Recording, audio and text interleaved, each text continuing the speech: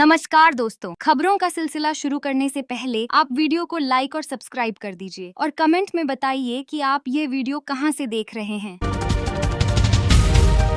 सपा प्रमुख अखिलेश यादव आज अपना जन्मदिन मना रहे हैं। इस मौके पर यूपी के सीएम योगी और डिप्टी सीएम ने सोशल मीडिया पर पोस्ट कर उन्हें अखिलेश जन्मदिन की शुभकामनाएं दी हैं।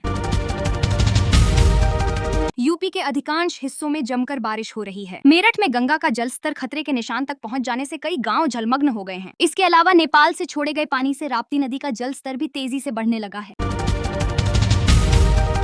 आज से खुलेंगे प्रदेश के बेसिक और माध्यमिक स्कूल, 15 जुलाई तक चलेगा स्कूल चलो अभियान, यह होगी टाइमिंग। प्रयागराज के करछना में सांसद चंद्रशेखर आजाद को रोके जाने के बाद भीम आर्मी कार्यकर्ताओं ने जमकर बवाल किया। साथ ही गाड़ियों में तोड़फोड़ और आगजनी की। पुलिस ने सख्त कार्रवाई करते हुए 51 लोगों को गिरफ्तार किया और 8 नाबालिगों को हिरासत में लिया है। अब यही उपद्रवी थाने में कान पकड़कर माफी मांग रहे हैं। लखनऊ के महानगर में सेतु निगम कर्मचारी विष्णुकांत वर्मा ने पत्नी की मौत, बेटी से बिछड़ने और ससुराल पक्ष के उत्पीड़न से टूटकर आत्महत्या कर ली। उसने सुसाइड नोट में सास ससुर, साले और साले की पत्नी को दोषी ठहराया है। पत्नी की बीमारी से मौत के बाद भी विष्णु पर दहेज हत्या का केस दर्ज हुआ, जिससे वह मानसिक रूप से टूट गया।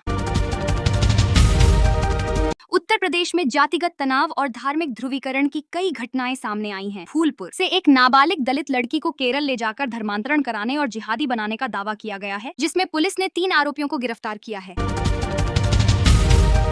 शंखनाद में बिहार, उत्तराखंड और उत्तर प्रदेश में मानसून के कारण उत्पन्न हुई गंभीर स्थिति का जायजा लिया गया, जहां बिहार में उफनते वाटरफॉल में लोग बहे और उन्हें बचाया गया। उत्तराखंड में भारी बारिश से भूस्खलन और नदियों का जलस्तर बढ़ा, जिससे चारधाम यात्रा बाधित हुई। उत्तर प्रदेश के कई शहरों में जलभराव और बाढ़ जैसे हालात हैं, जहां एक व्यक्ति ने कहा कि नगर निगम यहां पर बिल्कुल फेल है।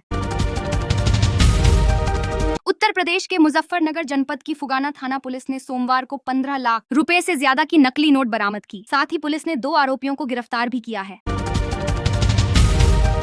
पुरुष वर्ग के फाइनल में लखनऊ के दिव्यांश श्रीवास्तव ने गाजियाबाद के सार्थ मिश्रा को 11-8, 11-8, 11-4 अंक से हराया। महिला वर्ग के फाइनल में गाजियाबाद की आरती चौधरी ने अपने ही शहर की अनिका गुप्ता को 11-8, 11-4, 11-7 अंक से शिकस्त दी। उत्तर प्रदेश में आगामी चुनावों से पहले जातिगत राजनीति तेज हो गई है। इटावा में यादव कथावाचक के अपमान के बाद शुरू हुए विवाद में अखिलेश यादव ने बाबा बागेश्वर को निशाने पर लिया है। राष्ट्रपति द्रौपदी मुर्मू के गोरखपुर दौरे का आज दूसरा दिन है। राष्ट्रपति से गीता प्रेस का प्रतिनिधिमंडल सर्किट हाउस में भेंट करेगा। वे राष्ट्रपति को ओडिया भाषा की 3 पुस्तकें और कल्याण विशेषांक भेंट करेंगे। पंडित वैष्णव शुद्ध ढाबे को लेकर विवाद थमने का नाम नहीं ले रहा है। इस मामले में दोनों पक्ष अपने अपने आरोप लगा रहे हैं। वहीं पुलिस ने जांच के बाद कार्रवाई करने की बात कही है। गोरखपुर जिले में पुरानी रंजिश के चलते बदमाशों ने बाइक मैकेनिक को गोली मार दी। इसके बाद तमंचे से सिर पर हमला किया, जिससे वह गंभीर रूप से घायल हो गया। पुलिस ने 3 लोगों को हिरासत में लेकर जांच शुरू की। भीम आर्मी चीफ और नगीना सांसद चंद्रशेखर आजाद ने कहा कि अगर उनके कार्यकर्ताओं का शोषण करने का काम किया गया तो इस बार आंदोलन कौशाम्बी, इलाहाबाद में नहीं लखनऊ में होगा। उत्तर प्रदेश के फतेहपुर जिले में बुजुर्ग कालीशंकर उत्तम की हत्या के मामले में पुलिस ने सीसीटीवी फुटेज की मदद से बड़ा खुलासा किया है। जहानाबाद थाना क्षेत्र के बिरनई गांव में हुई इस हत्या के आरोपी अंशु अवस्थी को गिरफ्तार कर जेल भेज दिया गया है। पुलिस ने हत्या में इस्तेमाल किया गया डंडा भी बरामद कर लिया है।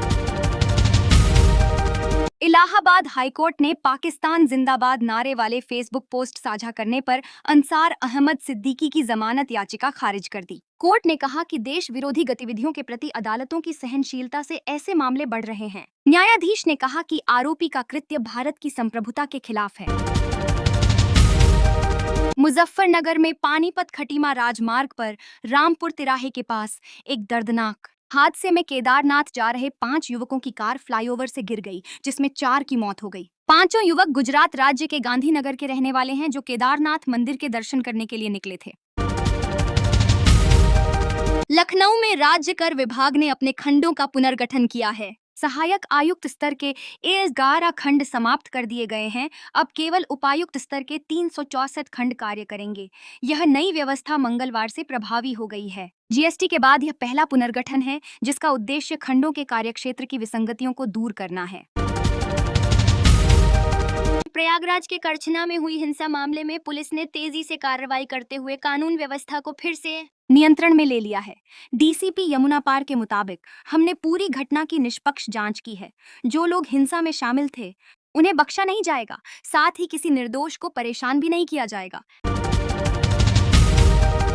राष्ट्रपति द्रौपदी मुर्मू ने सोमवार को बरेली स्थित भारतीय पशु चिकित्सा अनुसंधान संस्थान IVRI के 11वें दीक्षांत समारोह में मेधावियों को पदक व उपाधि देकर सम्मानित किया। उन्होंने पशु चिकित्सा क्षेत्र में उपाधि और पदक पाने वाले मेधावियों को बधाई दी।